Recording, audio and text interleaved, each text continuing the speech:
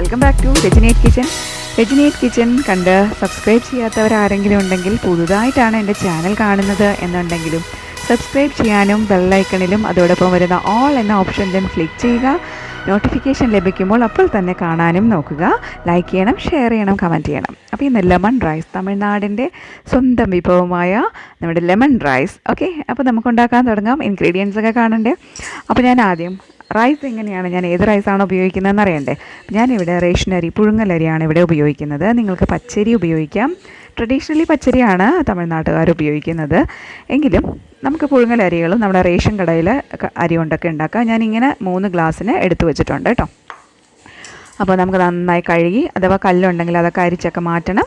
എന്നിട്ട് നമുക്ക് കുക്കറിൽ വെള്ളം വെച്ചിട്ട് നന്നായിട്ട് ഇതിൻ്റെ ഒരു ഡബിൾ സൈസിന് ഒരു ഗ്ലാസ്സിന് വേണ്ടി 3 ഗ്ലാസ് വെള്ളം എന്നാണല്ലോ നമ്മളെപ്പോഴും അരിക്ക് കണക്കെടുക്കുക. അതിനനുസരിച്ച് നമ്മൾ കുക്കറിൽ വെള്ളമൊക്കെ വെച്ചിട്ടുണ്ട്. അപ്പോൾ നന്നായിട്ട് അങ്ങ് കുക്ക് ചെയ്യുക. പിന്നെ റേഷനറിയാണ്, പെട്ടെന്ന് വേകുന്നുണ്ട്. അപ്പോൾ നിങ്ങൾ എങ്ങനെയാണ് വേവിച്ചെടുക്കുക? സാധാരണ വെള്ളത്തിൽ തിളപ്പിച്ചാണ് എടുക്കുന്നതെന്നുണ്ടെങ്കിൽ അങ്ങനെ അത് നിങ്ങൾ മെയിൻറ്റെയിൻ ചെയ്ത് എടുക്കുക. എന്നിട്ട് നല്ലോണം നമ്മുടെ കഞ്ഞിവെള്ളം വാർത്ത് കളഞ്ഞിട്ട് ആ ചോറിനെ നല്ലവണ്ണം ആറാൻ അനുവദിക്കുക. നല്ലവണ്ണം റൂം ടെമ്പറേച്ചറിൽ നല്ല കൂളാക്കി എടുക്കുക. ചോറ് ഒട്ടും ചൂട് പാടില്ല.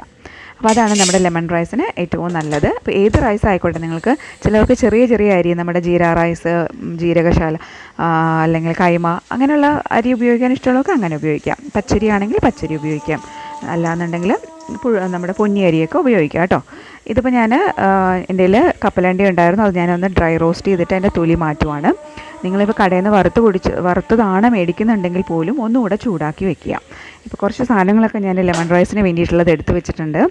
നമുക്ക് വീട്ടിൽ അത്യാവശ്യം നമ്മൾ വാങ്ങി വയ്ക്കുന്ന സാധനങ്ങളൊക്കെ കൊണ്ട് തന്നെയാണ് നമ്മൾ ലെമൺ റൈസിന് ഉണ്ടാക്കുന്നത്.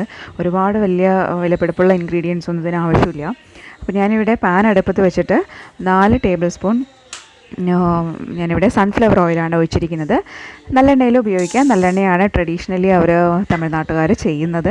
നമ്മൾക്ക് വെളിച്ചെണ്ണ വേണ്ട, പക്ഷേ സൺഫ്ലവർ ഓയിൽ ഉപയോഗിക്കാം, കുഴപ്പമൊന്നുമില്ല.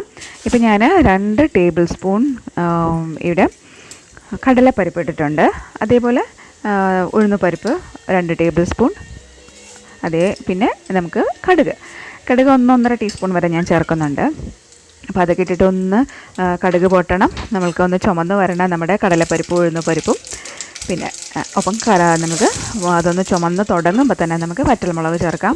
2-3 വറ്റൽമുളക് പൊട്ടിച്ചങ്ങ് ചേർക്കുക. ഒപ്പം നമുക്ക് ഇഞ്ചി 2 ടേബിൾ സ്പൂൺ ഇഞ്ചി ചേർക്കുക. ഇഞ്ചിയുടെ ഫ്ലേവറൊക്കെ ഇറങ്ങി വരുമ്പോൾ നമുക്ക് കറിവേപ്പില, പച്ചമുളകൊക്കെ ചേർക്കാം. അപ്പോൾ പച്ചമുളക് ഒരു 6 എണ്ണം ഞാൻ ചേർക്കുന്നുണ്ട്, വട്ടത്തിലരിഞ്ഞത്. പിന്നെ ഇതിൻ്റെ കളറൊന്നും ഓവറായിട്ട് മാറി വരുമൊന്നും വേണ്ട, എങ്കിലും നല്ല ഫ്ലേവർ ഇറങ്ങിയ നല്ലൊരു മണം വരും. ആ സമയത്ത് നമുക്ക് ബാക്കിയുള്ള ഇൻഗ്രീഡിയൻസൊക്കെ നോക്കാം. പിന്നെ നമുക്ക് ലെമൺ റൈസ് അറിയാലോ, യാത്രയ്ക്കൊക്കെ പോകുമ്പോൾ നമുക്ക് ഒരു ലോങ് ടൂർ പോകണം എന്നുള്ള സന്ദർഭത്തിലൊക്കെ നമുക്ക് തീർച്ചയായും നമുക്ക് ഉപയോഗിക്കാൻ പറ്റിയ, വളരെ പെട്ടെന്ന് ഉണ്ടാക്കിയെടുക്കുകയും ചെയ്യാം. ട്രാവലിങ്ങിൽ ഒട്ടും കേടുവരും എന്നുള്ളൊരു പേടിയും വേണ്ട. പിന്നെ ചൂട് കാലത്താണെങ്കിൽ അതിൻ്റെ ഗ്യാരണ്ടി നമുക്ക് പറയാൻ പറ്റില്ല.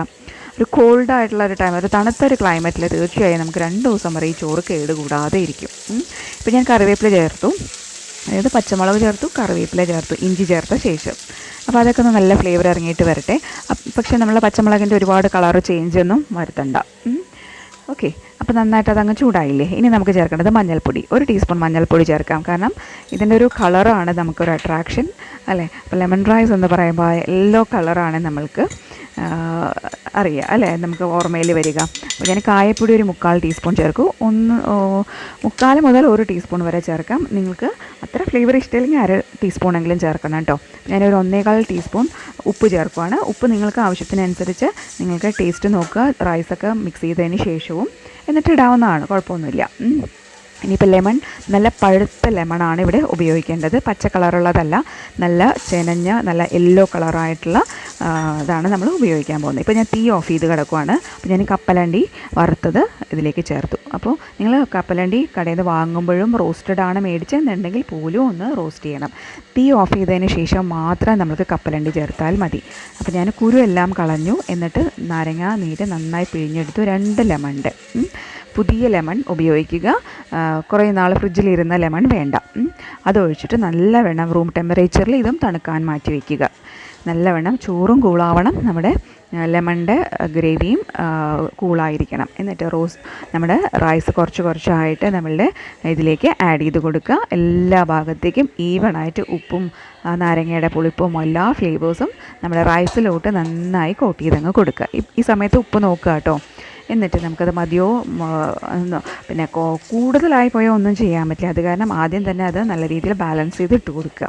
പിന്നെ ഇതിൻ്റെ സൈഡ് ഡിഷായിട്ട് കൊണ്ടാട്ടം അല്ലേ, നമ്മൾക്ക് പപ്പടം കാച്ചിയത്, റൈസിൻ്റെ കൊണ്ടാട്ടങ്ങൾ എന്തെങ്കിലും, പയറിൻ്റെ കൊണ്ടാട്ടം, പാവയ്ക്ക കൊണ്ടാട്ടം, അങ്ങനെ നെല്ലിക്ക അച്ചാറ്, ഇതൊക്കെ നല്ല മാച്ചാണ്. ഒരുപാട് പുളിയുള്ളതല്ല, എന്നാൽ മീഡിയം. നമുക്ക് പപ്പടം അങ്ങനെയുള്ള ഐറ്റംസൊക്കെ കൊണ്ടാട്ടമൊക്കെ നല്ലൊരു മാച്ചിങ് ആണ്.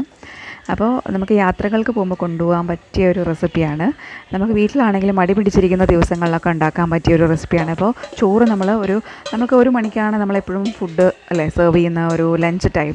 അപ്പോൾ നമ്മളൊരു 10 മണിയാകുമ്പോഴേക്കും ചോറൊക്കെ റെഡിയാക്കിയിട്ട് നല്ലവണ്ണം കൂളാക്കി വെക്കുക. ആ സമയത്ത് തന്നെ നമ്മൾക്ക് ഈ ഇൻഗ്രീഡിയൻസൊക്കെ ഇട്ടിട്ട് ഒന്ന് വറുത്തൊക്കെ എടുത്ത് വെക്കാം. എന്നതിന് ശേഷം നമുക്ക് ഊണ് കഴിക്കാനാകുമ്പോൾ ചോറും ഇതൊക്കെ അങ്ങ് മിക്സ് ചെയ്യാം. എന്നിട്ട് ഒരു അരമണിക്കൂറെങ്കിലും ഇത് നല്ലവണ്ണം സെറ്റ് ചെയ്യാനായിട്ട് വെക്കണം. നമുക്ക് ആ ചോറിലേക്ക് ലെമണും ഉപ്പും ഒക്കെ നന്നായിട്ടങ്ങ് വരണ്ടേ. അപ്പോൾ ഉപ്പ് ഞാൻ ടേസ്റ്റ് ചെയ്ത് നോക്കി, നന്നായിരുന്നു. പിന്നെ റൈസ് വേവിക്കുമ്പോൾ തന്നെ നമുക്ക് ഉപ്പൊക്കെ ചേർക്കാവുന്നതാണ്, അങ്ങനെ വേണമെങ്കിൽ ചെയ്തോളൂ. പിന്നെ ഞാൻ കഞ്ഞിയൊക്കെ വാർത്ത് കളയുന്നതുകൊണ്ട് ചേർത്തില്ല എന്ന് മാത്രം. അപ്പോൾ എല്ലാം സെറ്റായിട്ടുണ്ട്, റെഡി ആയിട്ടുണ്ട്. അപ്പോൾ ഈ രീതിയിലൊക്കെ ഉണ്ടാക്കുന്നത്. അപ്പോൾ ഞാനിവിടെ കപ്പലണ്ടി ഇങ്ങനെ ചേർക്കാൻ കാരണം ക്രഞ്ചി ആയിട്ട് നമുക്ക് കടിക്കാൻ കിട്ടണം, അതിന് വേണ്ടിയിട്ടാണ്. അപ്പോൾ ആദ്യം തന്നെ കടലപ്പരിപ്പൊക്കെ വേവിക്കുമ്പോൾ ഇടണ്ട കേട്ടോ. ഓക്കെ, അത്രമാത്രമേ ഉള്ളൂ ഇതിനുള്ള ടിപ്സ്. എല്ലാവരും ട്രൈ ചെയ്ത് നോക്കൂ. Thank you for watching.